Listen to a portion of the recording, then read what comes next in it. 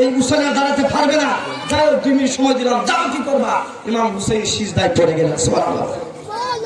ওই ইমাম হুসাইন নামাজের মধ্যে সুবহান রাব্বিয়াল আলা, সুবহান রাব্বিয়াল আলা, সুবহান রাব্বিয়াল আলা বলতে বলতে সীমার তার গর্দান মুবারক থেকে, ঘাড় মুবারক থেকে দেহ মুবারক আলাদা করে ফেললো।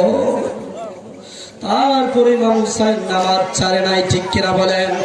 আর আমরা মুখে আশিকি রাসূল বুকে ইমাম হুসাইনকে ধারণ করেও যখন নামাজ পড়ি না, তখন বলেন ইমাম হুসাইনের কষ্ট হয় কি হয় না?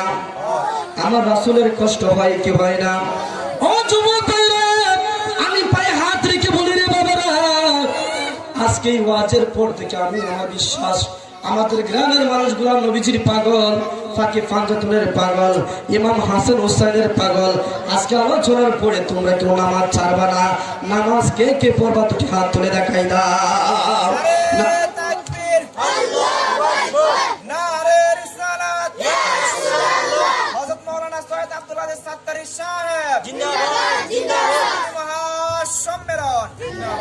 হযরত মাওলানা কাদরী